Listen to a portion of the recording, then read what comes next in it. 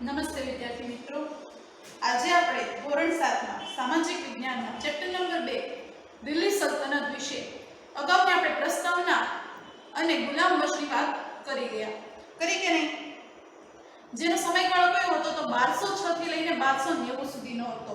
તો હવે 1290 માં તો ગુલામ વંશનો અંત થાય છે, તો ખબર છે 1290 થી બીજો વંશ છે શરૂ થાય છે, તેનો સમય કયો હશે તો ઈસવીસન જ્યારે પહેલાનો અંત થયો 1290 માં ત્યાંથી ગણવાનું 1290 થી શરૂઆત થાય છે, 1290 થી ઈસવીસન 1320 સુધી છે એ શાસન છે એ ખિલજી વંશ કરે છે. ખિલજી વંશ શાસન કરે છે એટલે આમ જોઈએ તો 1290 થી 1320 છે એટલે 10 વર્ષ આના 1300 માં અને પછી આના એટલે 30 વર્ષ સુધી એટલે ખૂબ જ ઓછું આયુષ્ય ઓછું જે કે કોઈ પણ વંશ છે એ દિલ્હી સલ્તનત પર જો દિલ્હી સલ્તનતમાંના જે 5 વંશો છે એ 5 વંશોમાંથી ખલજી વંશ છે એ સૌથી ઓછું શાસન કર્યું છે, કેમ કે 1206 થી 1290 સુધી ગુલામ વંશ ચાલે છે, પછી 1290 થી 1320 ઓછો સમયગાળો છે, તો એટલા ટાઈમ દરમિયાન છે ખલજી વંશ આવે છે. તો હવે આપણે ખલજી વંશની સ્થાપના કોણે કરી હતી તો જેનો સ્થાપક છે અલાઉદ્દીન ખિલજી છે, આપણે મોસ્ટલી નામ સાંભળ્યું પરંતુ એનું શાસક છે નહીં. જલાલુદ્દીન છે એ ખિલજી વંશનો સ્થાપક છે. જલાલુદ્દીન ખલજીએ ખલજી વંશના શાસનની શરૂઆત કરી. તો સ્થાપક કોણ છે આવા છે નોટ્સ બનાવી રાખવાની કે કયા વંશના સ્થાપક કોણ છે, એનો શ્રેષ્ઠ રાજવી કોણ છે, કયા રાજાએ શું સુધારા વધારા કર્યા, એવી અગત્યની વાત છે. એક પછી એક રાજાઓ તો તે વ્યવસ્થિત નોટમાં તમે લખાણ રાખશો તો જ તમે યાદ રહેશે, બાકી સમાજની ચોપડી વાંચવા જશો તો યાદ રહેશે નહીં. તો આ ચાર્ટ બનાવી લો. ખલજી વંશનો સમયગાળો કયો છે પૂછાઈ શકે, બધા વંશનો સમયગાળો પૂછાઈ શકે. પહેલા વંશનો હતો તો 1206 થી કુલ દિલ્હી સલ્તનતનો જો સમયગાળો જોઈએ તો આપણે 1206 થી 1526 નો હતો, મતલબ 350 વર્ષ હતો. હવે 350 ના 5 ભાગ પાડવાના છે, અલગ અલગ વંશ થોડાક સમય માટે, કોઈક વધારે સમય માટે, કોઈક 100 વર્ષ, કોઈક 30 વર્ષ, એટલે 5 વંશો છે એ થઈ ગયા. એ 5 વંશોના નામ યાદ રાખવાના છે. પહેલો હતો ગુલામ વંશ, જેનો સ્થાપક કોણ હતો એ મેં તમને કીધું હતું, ઇલ્તુત્મિશને છે ગુલામ વંશનો સાચો સ્થાપક માનવામાં આવે છે. શિહાબુદ્દીન ગોરીએ યુદ્ધ કર્યું, એના બાદ એ સત્તા છે નિઝામ તરીકે એને કુતુબુદ્દીન એબકને રાખ્યો, પરંતુ એને પોલો રમત રમતા ઘોડા પરથી પડી જાય છે. 5 વર્ષ શાસન ચાલે છે, અવસાન થાય છે. ત્યારબાદ એનો જમાઈ અથવા ગુલામ કહી શકો એવો છે ઇલ્તુત્મિશ છે શાસન પર આવે છે, એને ગુલામ વંશનો સાચો સ્થાપક ગણવામાં આવે છે. ત્યારબાદ રઝિયા સુલતાન આવે છે. રઝિયા સુલતાન બાદ નસીરુદ્દીન છે એ ઇલ્તુત્મિશનો પુત્ર આવે છે. ત્યારબાદ અને એના 21 વર્ષ બાદ એ શાસન કરે છે. 21 વર્ષ બાદ છે એ બલબન નામનો છે રાજા આવે છે. ગ્લાયસુદ્દીન બલબન નામનો છે એ 22 વર્ષ સુધી ખૂબ જ સારું શાસન કરે છે. અને ત્યારબાદ છે બલબનનું પણ અવસાન થતા ખલજી વંશની સ્થાપના થાય છે, ગુલામ વંશનો અંત આવે છે. ખલજી વંશની સ્થાપના ઈસવીસન 1290 થી 1320 ખૂબ જ ઓછો સમયગાળો છે આ વંશનો. એટલે ખલજી વંશના સ્થાપક કોણ છે ત્યાં હતા આપણે તો ખલજી વંશના સ્થાપક છે જલાલુદ્દીન. કોણ? જલાલુદ્દીન ખિલજી છે. જલાલુદ્દીન ખિલજી છે એના સ્થાપક છે. અને જલાલુદ્દીનની આપણે સમાજ એવો વિષય છે, હું તમને આમાંથી અમુક સ્ટોરી પણ કહીશ કે તમારે મોસ્ટલી યાદ રાખવા જેવી છે, પરંતુ આપણે એક્ઝામ દરમિયાન પૂછવામાં આવશે ને એક્ઝામમાં તમે ચોપડીમાં છે એટલું જ આવશે, પણ અમુક એની વાતો છે કે સમાજ જેટલું જાણો એટલું ઓછો વિષય પડે, તમને જેટલો ઇતિહાસ જાણો એટલો ઓછો પડે. કે કોઈ પણ રાજા વિશે કંઈ 2-3 મિનિટમાં તમે કહી શકો ને એની પાછળ ઘણો ઇતિહાસ હોય છે, તો હું તમને થોડીક માહિતી પણ એની જે આપણી ચોપડીની બહારનું છે હું તમને આપતી રહીશ. જલાલુદ્દીન ખિલજી છે એ સ્થાપક છે ખલજી વંશનો, એ તમારે ખાસ યાદ રાખવાનું છે. ચોપડીમાં છે એટલે પૂછે ખલજી વંશનો સ્થાપક કોણ છે તો જલાલુદ્દીન ખિલજી છે એનો સ્થાપક છે. જલાલુદ્દીન વિશે હું તમને થોડીક માહિતી કહું, ચોપડી આપણને એના વિશે માહિતી નથી, પણ જલાલુદ્દીનને શું હતો તો એને શોખ હતો, એને એવી આમ શું કે માનસિક ઓલી હતી કે મારો રાજ્યનો વિસ્તાર વધારે વધારવો જોવો છે. જલાલુદ્દીન ખિલજી છે ખૂબ જ ઉત્તર ભારત, દક્ષિણ ભારત વગેરે છે બધે એ ચડાઈ કરતો અને રાજવી બનતો. એટલે એવો એને શોખ હતા, અમુક રાજ્યનો શોખ હોય પોતાના રાજ્યનો વિસ્તાર કરવો.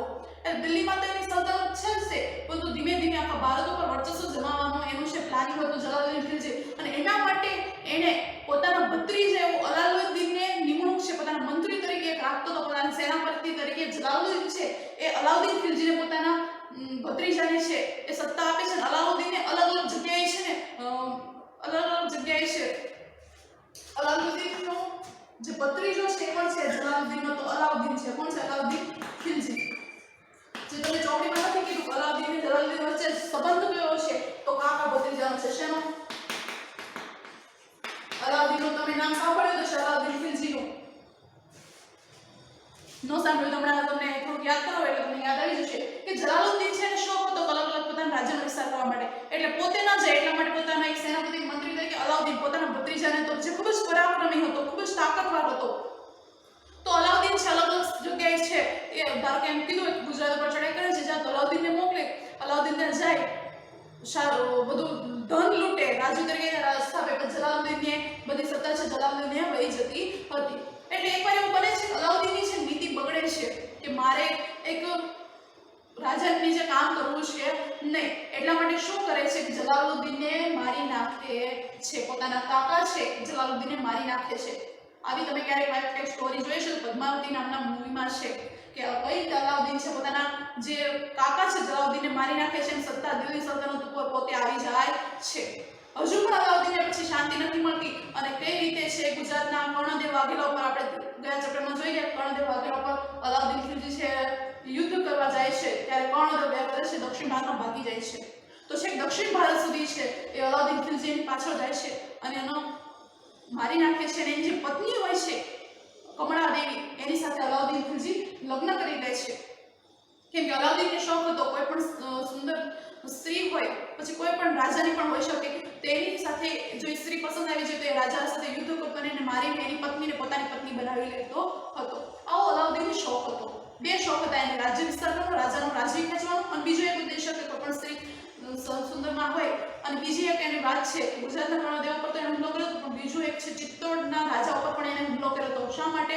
તો ચિત્તોડનો રાજા છે રતનસિંહ છે, એની પત્ની પદ્માવતી છે, એ પદ્માવતીને અલાઉદ્દીન ખિલજી ખૂબ જ ગમી જાય છે અલાઉદ્દીન ખિલજીને, એટલા માટે શું કરે છે કે ચિત્તોડ ઉપર રતનસિંહ ઉપર છે આક્રમણ કરે છે. દિલ્હી સલ્તનત પર આવ્યા પછી અલાઉદ્દીન ખિલજી છે એ ચિત્તોડ જાય છે અને ત્યાં રતનસિંહ સાથે યુદ્ધ કરે છે અને રતનસિંહની હાર થાય છે અને પદ્માવતીને પોતે પામવા જાય છે, પણ પદ્માવતી એક રજપૂતાણી હોવાથી પોતે બીજા લગ્ન નહીં કરે અને એ અલાઉદ્દીન ખિલજી પાસે નહીં જાય એટલા માટે શું કરે છે તો જોહર કરે છે. જોહર એટલે તમને ખબર હોવી જોઈએ કે અગ્નિના કુંડ હોય, એમાં અગ્નિ ઉપર કુંડ હોય એમાં અગ્નિ આગ ફેરવામાં આવે એમાં છે એ સ્ત્રીઓ જીવતે જીવતી અંદર વહી જાય એટલે અગ્નિ સ્નાન કહેવાય ને, કહેવા બીજું નામ છે એનું જોહર, એટલે અગ્નિનું સ્નાન કરે એમ કહેવાય. એટલે જોહર કરી લે છે એટલે પદ્માવતી અલાઉદ્દીન ખિલજીના હાથમાં આવતી નથી. હવે તમને ખબર હશે કે અલાઉદ્દીન ખિલજી ક્યાં આવી ગયો. તમે પદ્માવતી મૂવી જો તો ત્યાં ચિત્તોડના રતનસિંહ અને પદ્માવતી અલાઉદ્દીનની ત્રણેયની છે એમાં અલાઉદ્દીન છે વિલન તરીકેનો રોલ ભજવે છે.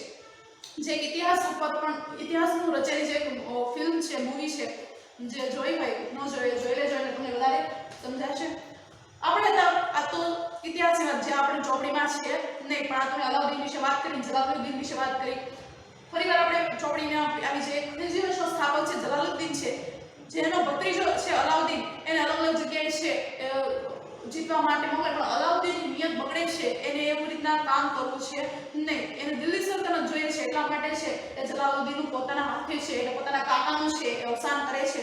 એટલે કીધું છે કે જલાલુદ્દીનના 6 વર્ષના શાસનમાં દિલ્હીની ગાદીએ મહત્વાકાંક્ષી સુલતાન અલાઉદ્દીન ખિલજી આવે છે. આજે શું કરે 6 વર્ષ શાસન કરવા દે છે. કેટલા વર્ષ? 6 વર્ષ શાસન કરે છે પછી અલાઉદ્દીન છે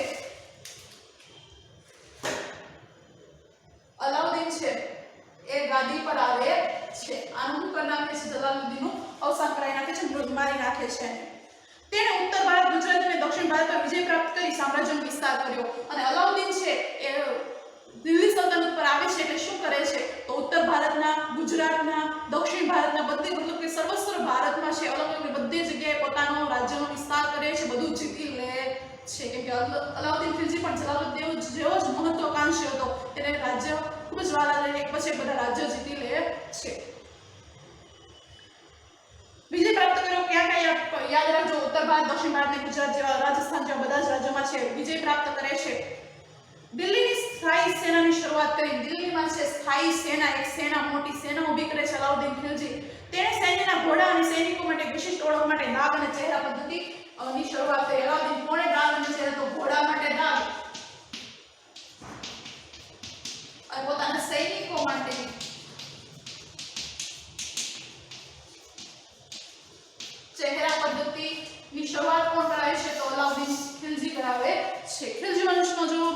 શાસક તરીકે સ્થાપક ભલે જલાલુદ્દીન હોય પરંતુ મેઇન જે શાસક હોય તે છે અલાઉદ્દીન ખિલજી. અલાઉદ્દીન ખિલજી છે એ પોતાના ઘોડા છે એના પર દાગ કરાવડાવે છે અને સૈનિકો પર ચહેરા પદ્ધતિની શરૂઆત કોણ કરાવે પૂછે તો અલાઉદ્દીન ખિલજી છે એની શરૂઆત કરે છે. સૈનિક શું કરે છે તો કોઈ પણ યુદ્ધમાં પોતાના ઘોડાને ઓળખવા માટે અથવા તો પોતાના ઘોડા છે અલગ રાજ્યોથી અલગ પાડવા માટે એક દાગ પદ્ધતિ કોના ઘોડા ઉપર છે સિક્કા લગાવે છે. ગરમ ધાતુથી સિક્કા લગાવે એનાથી ખબર પડી જાય કે આ અલાઉદ્દીન મારા ઘોડાઓ છે, મારા ઘોડાઓ સૈન્યના આ બધા ઘોડા છે મારા છે. એટલે ઘોડા પર દાગ પદ્ધતિ, સૈનિકોના ચહેરા પદ્ધતિ કે ધારો કે કોઈ યુદ્ધ દરમિયાન સામેની રાજાના સૈનિકો છે પોતાના સૈનિકોની અંદર ઘૂસી ન જાય તો પોતાની દિલ્હી સલ્તનતના સૈનિકો ભેગો આવી ન જાય એટલા માટે પોતાના સૈનિકો છે એના પર ચહેરા એટલે કેવો ચહેરો છે બધું એનું પ્રમાણપત્ર રાખતો. આ ચહેરો છે, આ સૈનિક છે, આ સૈનિક એવું એક પ્રમાણપત્ર રાખતો, પોતાના બધા સૈનિકોની ઓળખ રાખતો હતો. તો ઘોડા માટે દાગ અને સૈનિકો માટે ચહેરા પદ્ધતિથી છે એનો વિકાસ કોણે કર્યો હતો તો અલાઉદ્દીન ખિલજી છે એની શરૂઆત કરે છે. આ ઉપરાંત ભાવ નિયમન, બજાર નિયંત્રણ અને સંગ્રહ કરી નિયમન જેવા વહીવટી સુધારા પણ કર્યા.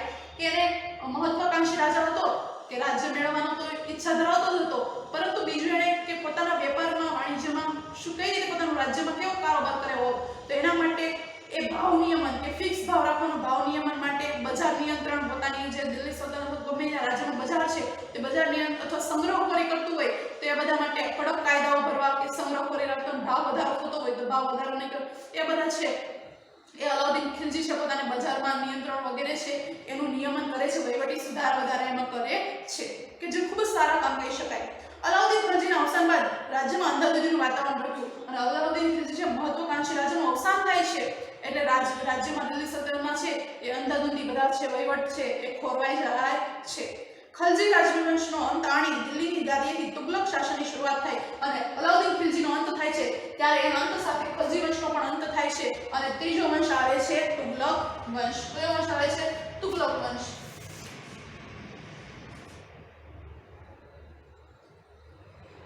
ત્રીજો વંશ છે તુગલક વંશ જેનો સમય કયો છે 1320 થી અંત થાય છે. 1320 થી શરૂઆત થાય છે તુગલક વંશની 1320 થી 1414 એટલે જો 1320 થી 1420 જેવામાં એટલે 100 વર્ષ કહેવાય પરંતુ એમાં 6 વર્ષ ઘટે છે મતલબ કે 94 વર્ષ એટલું 94 વર્ષ છે 94 વર્ષ છે તુગલક વંશ છે દિલ્હી સલ્તનત ઉપર શાસન કરે છે. તો સૌથી ઓછો સમય કહેવાય કોઈ પણ વંશ તો છે ખલજી વંશ દિલ્હી સલ્તનત પર અને વધારે જો કોઈ 5 વંશોમાંથી સૌથી વધારે જે વંશને યાદ કર્યું હોય તે હતું તુગલક વંશ. એના સ્થાપક કોણ છે કીધું છે? સ્થાપક કોણ છે? અહીંયા કેમ જલાલુદ્દીન એનો સ્થાપક હતો ખલજી વંશનો તો અહીંયા સ્થાપક છે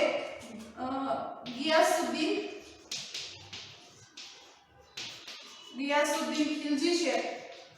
સોરી ગિયાસુદ્દીન તુગલક વંશ છે એટલે તુગલક લાગશે પાછળ. ગિયાસુદ્દીન તુગલક છે એનો સ્થાપક છે. યાદ રાખવાનું છે તુગલક વંશનો સ્થાપક કોણ છે તો ગિયાસુદ્દીન તુગલક છે. અલાઉદ્દીન ખિલજીના સમયમાં પ્રસિદ્ધ કવિ અમીર ખુશરો થયા જેમણે કિરાતુલ સદાયન, આશિકા નૂહ વગેરે જેવી પ્રસિદ્ધ સાહિત્ય કૃતિઓની રચના કરી હતી. આટલું જાણવામાં તમને કીધું છે કે અલાઉદ્દીન ખિલજીમાં છે ને અલાઉદ્દીન ખિલજી સાહિત્ય કવિ પણ હતો એટલા માટે એના દરબારમાં એક પ્રસિદ્ધ કવિ હતો અમીર ખુશરો જેને ઘણી સાહિત્ય કૃતિઓ છે એના રાજ્ય ઉપર એના રાજા ઉપર છે ઘણી સાહિત્ય કૃતિઓ લખી હતી. હવે જોઈએ તુગલક વંશના સ્થાપક છે ગિયાસુદ્દીન તુગલક. તુગલક વંશ દરમિયાન મુહમ્મદ બિન તુગલક એક પ્રતિભાવાન. હવે જો તુગલક વંશનો એટલું સીધું છે એના સ્થાપક છે ગિયાસુદ્દીન તુગલક છે પરંતુ જ્યારે તુગલક વંશની સ્થાપના થઈ ત્યારે આણે ઘણા સારા કાર્ય કર્યા હતા. તુગલક વંશે શું કર્યું હતું તો જમીન વેરા માટે જે મહેસૂલ કે અલાઉદ્દીન ખિલજીએ છે ને ખેડૂતો ઉપર જેટલી જમીન હોય ને 50% મહેસૂલ કર નાખી દેવાનો કેટલો ચૂકવવાનો દિલ્હી સલ્તનતને એ નાખ્યો હતો જે કોઈ પ્રજા છે નાખી શકતી નહોતી એટલા માટે એણે પોતાની મહેસૂલ છે જમીન મહેસૂલ એ માફ કરી હતી. એવા ઘણા કાર્ય છે ગિયાસુદ્દીન તુગલકે કર્યા હતા. પરંતુ શ્રેષ્ઠ તુગલક વંશ દરમિયાન મુહમ્મદ બિન તુગલક એક પ્રતિભાવંત સુલતાન થયો અને જ્યારે તુગલક વંશ આવ્યો ત્યારે જે અલાઉદ્દીન ખિલજીએ પોતાના રાજ્યમાં ખૂબ જ કડક કાયદા બનાવ્યા હતા એ બધાને કાઢી નાખે છે. અલાઉદ્દીન ખિલજી છે ને ખૂબ જ કડક કાયદાવાળો હતો. ખૂબ જ કડક કાયદાઓ બનાવ્યા હતા એ બધા જ કાયદાઓ છે તુગલક વંશ કાઢી નાખે છે અને ખૂબ જ સારા કાયદાઓ છે તુગલક વંશ બનાવે છે.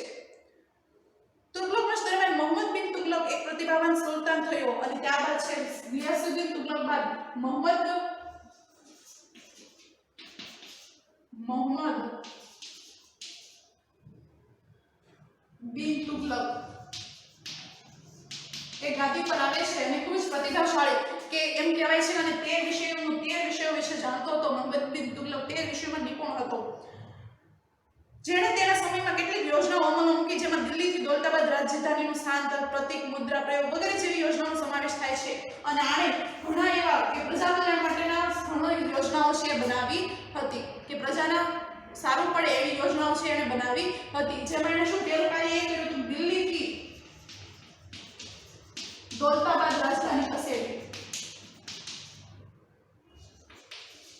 રાજધાની ફેરવી. અને બીજું કે પ્રતીક, મુદ્રા પ્રયોગ. આ બે નિર્ણયો છે એને લીધા હતા, પરંતુ આ નિર્ણયો ખૂબ સારા લેતા હતા, પ્રજાના કલ્યાણ માટેના નિયમો લેતા, પરંતુ એ નિયમો વ્યવસ્થિત કાર્ય થતું નહીં અને એટલા માટે નિયમો છે ભંગ થઈ જતા અથવા નિષ્ફળ થઈ જતા. એટલા માટે છે પ્રજા પણ આ રાજા ઉપર છે હાંસી ઉડાવતી ને એટલા માટે એને તરંગી યોજનાઓ તરીકે સ્થાપના થઈ. તરંગી રાજા પણ એને કહેવામાં આવતો હતો, એની હસી ઉડાવવામાં આવી હતો નિપુણ, પરંતુ વ્યવસ્થિત વ્યવસ્થાપન નહોતો કરી શકતો. એટલા માટે છે કોઈ પણ યોજના નિષ્ફળ જતી હતી.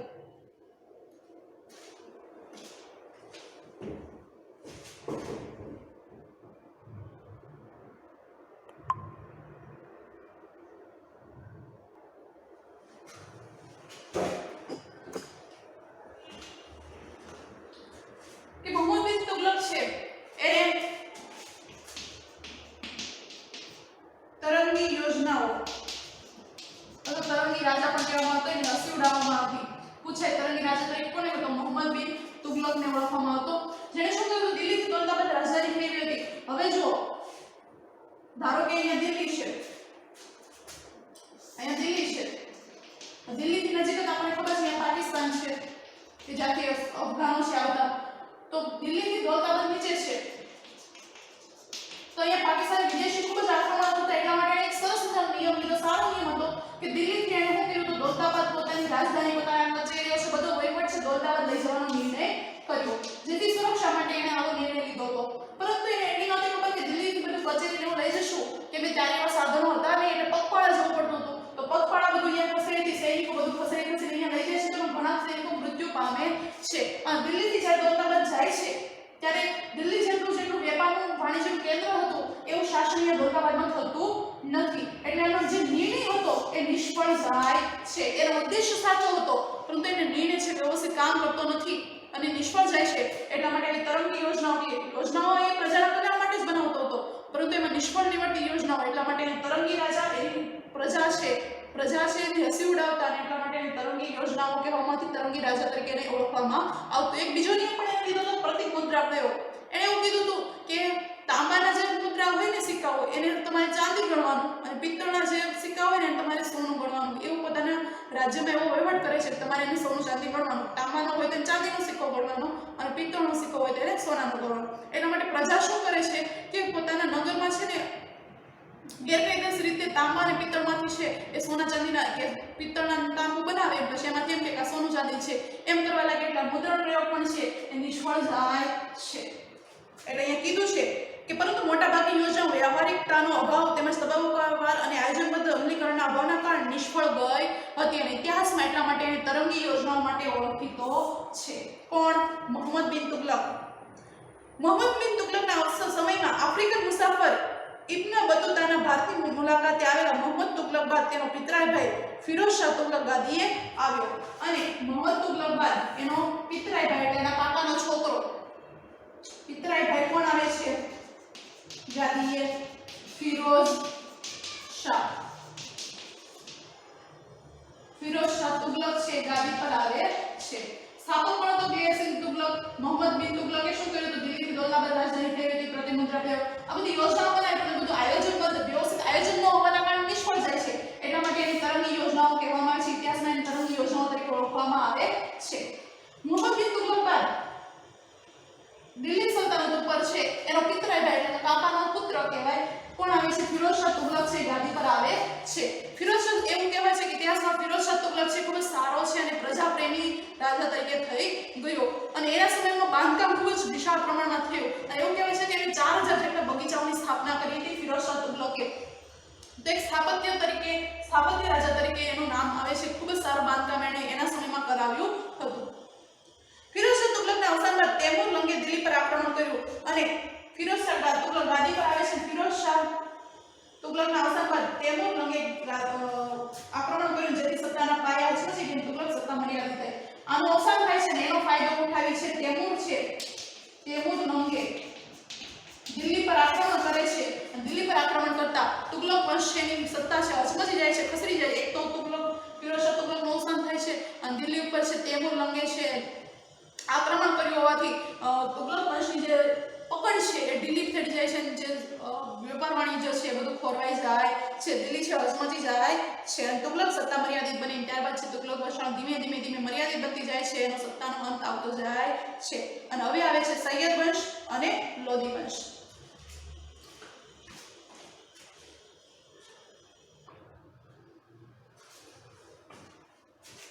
અહીંયા સુધી આપણે દિલ્હી સલ્તનતના પહેલું છે ગુલામ વંશ, ત્યારબાદ છે એના બધા રાજ્યો જોયા. ખલજી વંશના જલાલુદ્દીન, ત્યારબાદ અલાઉદ્દીન ખિલજીની આપણે સંપૂર્ણ વાત કરી.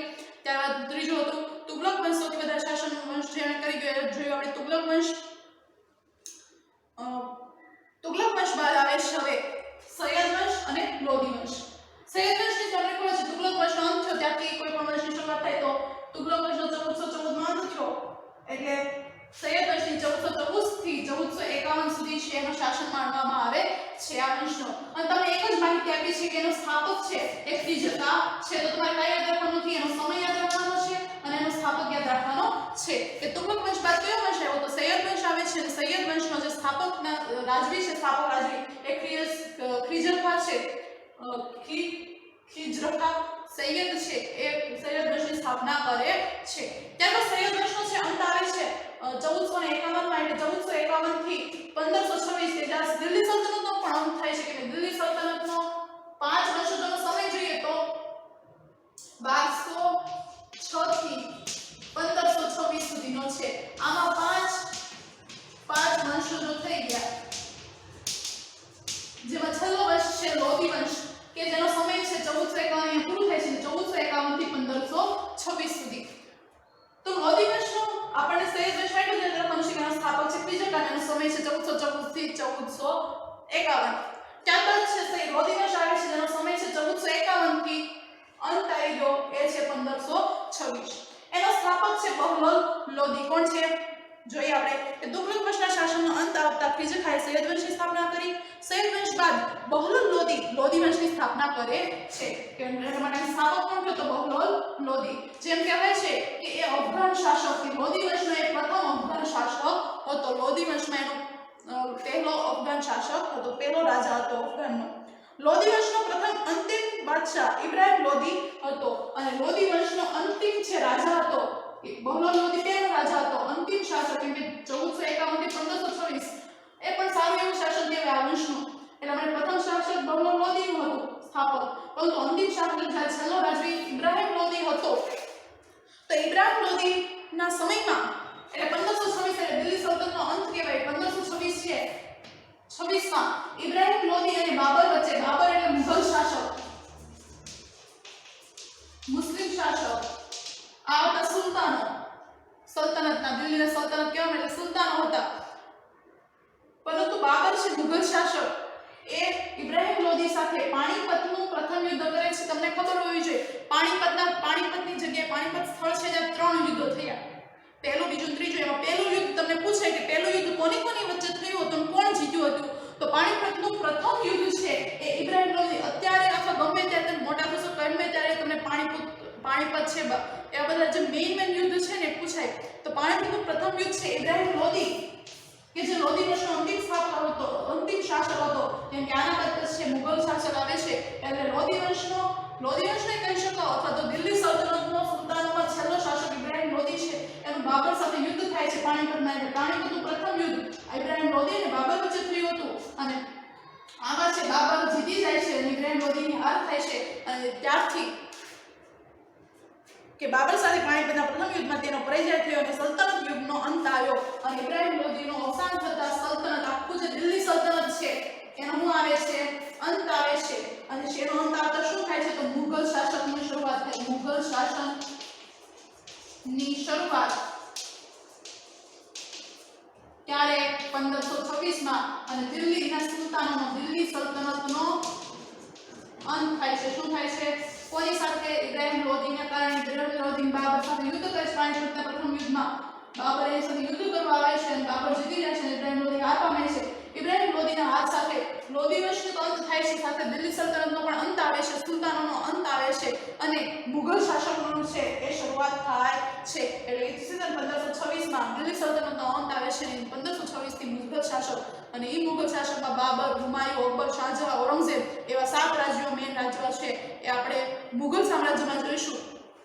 આ હતા આપણા દિલ્હીના સલ્તનતના સુલતાનો. જે અહીંયા સુધી આપણે જોયું એના 5 વંશો યાદ રાખવાના. એ વંશોમાં એના અલગ અલગ સુલતાનો છે એ સુલતાનોને યાદ રાખવાના. અને છેલ્લે દિલ્હી સલ્તનતનો અંત ક્યાં થાય છે તો યાદ રાખવાનું કે ઇબ્રાહિમ લોધી સાથે બાબરનું યુદ્ધ થાય છે 1526 માં. કીધું તું મેં અહીંયા 1206 થી 1526 સુધી દિલ્હી સલ્તનત છે. 1526 માં પાણીપતનું પ્રથમ યુદ્ધ થાય છે અને સલ્તનતનો આજે ઇબ્રાહિમ લોધી છે એ સુલતાનોનો જે રાજા છે એ મૃત્યુ પામે છે, અવસાન થાય છે અને બાબર છે એ દિલ્હી સલ્તનત પર એટલે દિલ્હીની ગાદી ઉપર છે એ બાબર આવે છે. બાબર આવતા મુઘલ શાસન, મુસ્લિમ શાસકની શરૂઆત થાય છે. આ બધા સુલતાનો હતા. આ છે મુઘલ શાસકો, મુસ્લિમ શાસકો કે જેના 7 મેઇન શાસકો છે. આપણે ત્રીજા ચેપ્ટરમાં આપણે આવશે. અહીંયા સાથે આપણો મેઇન ટોપિક છે કે દિલ્હીના સુલતાનોનો ટોપિક છે. એમાં 5 વંશજો છે. 5 વંશજો જોઈ ગયા. પહેલો કયો હતો?